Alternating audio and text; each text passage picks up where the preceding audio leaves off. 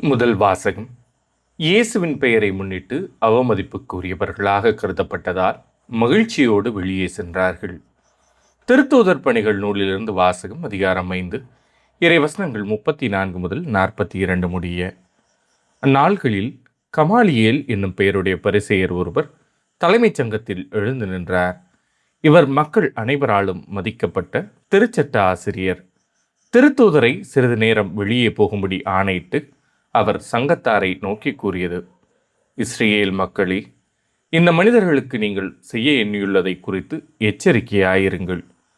சிறிது காலத்திற்கு முன்பு தெயுதா என்பவன் தோன்றி தான் பெரியவன் என்று கூறிக்கொண்டு ஏறத்தாழ 400 பேரை தன்னுடன் சேர்த்து கொண்டான். ஆனால் அவன் கொல்லப்பட்டான். அவனை பின்பற்றிய அனைவரும் சிதறிப்போகவே அந்த இயக்கம் ஒன்றுமில்லாமல் போயிற்று. இவற்றுக்கு பின்பு மக்கள் தொகை கணக்கிடப்பட்ட நாள்களில் கலிலேயனான யூதா என்பவன் தோன்றி தன்னோடு சேர்ந்து கிளர்ச்சி செய்யும்படி மக்களை தூண்டினான். அவனும் அழிந்தான். அவனை பின்பற்றிய மக்கள் அனைவரும் சிதறிப்போயினர். ஆகவே இப்போது நீங்கள் இம்மனிதர்களை விட்டுவிடுங்கள் என நான் உங்களுக்கு கூறுகிறேன். இவர்கள் காரியத்தில் நீங்கள் தலையிட வேண்டாம். இவர்கள் திட்டமும் செயலும் மனிதரிடத்திலிருந்து வந்தவை என்றால் அவை ஒழிந்து போகும்.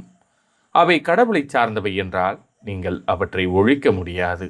நீங்கள் கடவுளோடு போரிடுபவர்களாகவும் ஆவீர்கள். அவர் கூறியதை சங்கத்தார் ஏற்றுக்கொண்டனர். பின்பு அவர்கள் திருத்தூதர்களை அழைத்து அவர்களை நைய புடைத்து இயேசுவை பற்றி பேசக்கூடாது என்று கட்டளையிட்டு விடுதலை செய்தனர். இயேசுவின் பெயரை முன்னிட்டு அவமதிப்புக்கு உரியவர்களாக கருதப்பட்டதால் திருத்தூதர்கள் மகிழ்ச்சியோடு தலைமைச் சங்கத்தை விட்டு வெளியே சென்றார்கள். அவர்கள் நாள்தோறும் கோவிலிலும் வீடுகளிலும் தொடர்ந்து கற்பித்து இயேசு கிறிஸ்துவை பற்றிய நற்செய்தியை அறிவித்து வந்தார்கள். இது ஆண்டவரின் அருள்வாக்கு. இறைவா, உமக்கு நன்றி. பதிலுரை பாடல். ஆண்டவரின் இல்லத்தில் நான் குடியிருக்க வேண்டும். ஆண்டவரே என் ஒளி, அவரே என் மீட்பு, யாருக்கு நான் அஞ்ச வேண்டும்? ஆண்டவரே என் உயிருக்கு அடைக்கலம், யாருக்கு நான் அஞ்சி நடுங்க வேண்டும்? ஆண்டவரின் இல்லத்தில் நான் குடியிருக்க வேண்டும். நான் ஆண்டவரிடம் ஒரு விண்ணப்பம் செய்தேன், அதையே நான் நாடி தேடுவேன். ஆண்டவரின் இல்லத்தில் என் வாழ்நாள் எல்லாம் நான் குடியிருக்க வேண்டும். ஆண்டவரின் அழகை நான் காண வேண்டும். அவரது கோவிலில் அவரது திருவுளத்தை கண்டறிய வேண்டும். ஆண்டவரின் இல்லத்தில் நான் குடியிருக்க வேண்டும். வாழ்வோரின் நாட்டினிலே ஆண்டவரின் நலன்களை காண்பேன் என்று நான் இன்னும் நம்புகிறேன். நெஞ்சே, ஆண்டவருக்காக காத்திரு, மன உறுதி கொள்.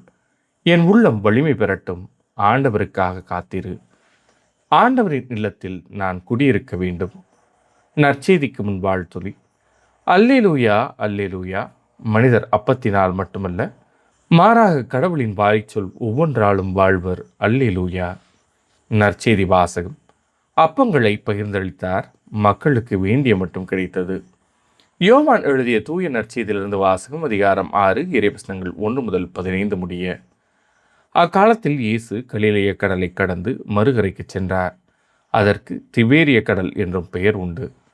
உடல் நலம் அற்றோருக்கு அவர் செய்து வந்த அரும் அடையாளங்களைக் கண்டு மக்கள் பெருந்திரளாய் அவரை பின்தொடர்ந்தனர்.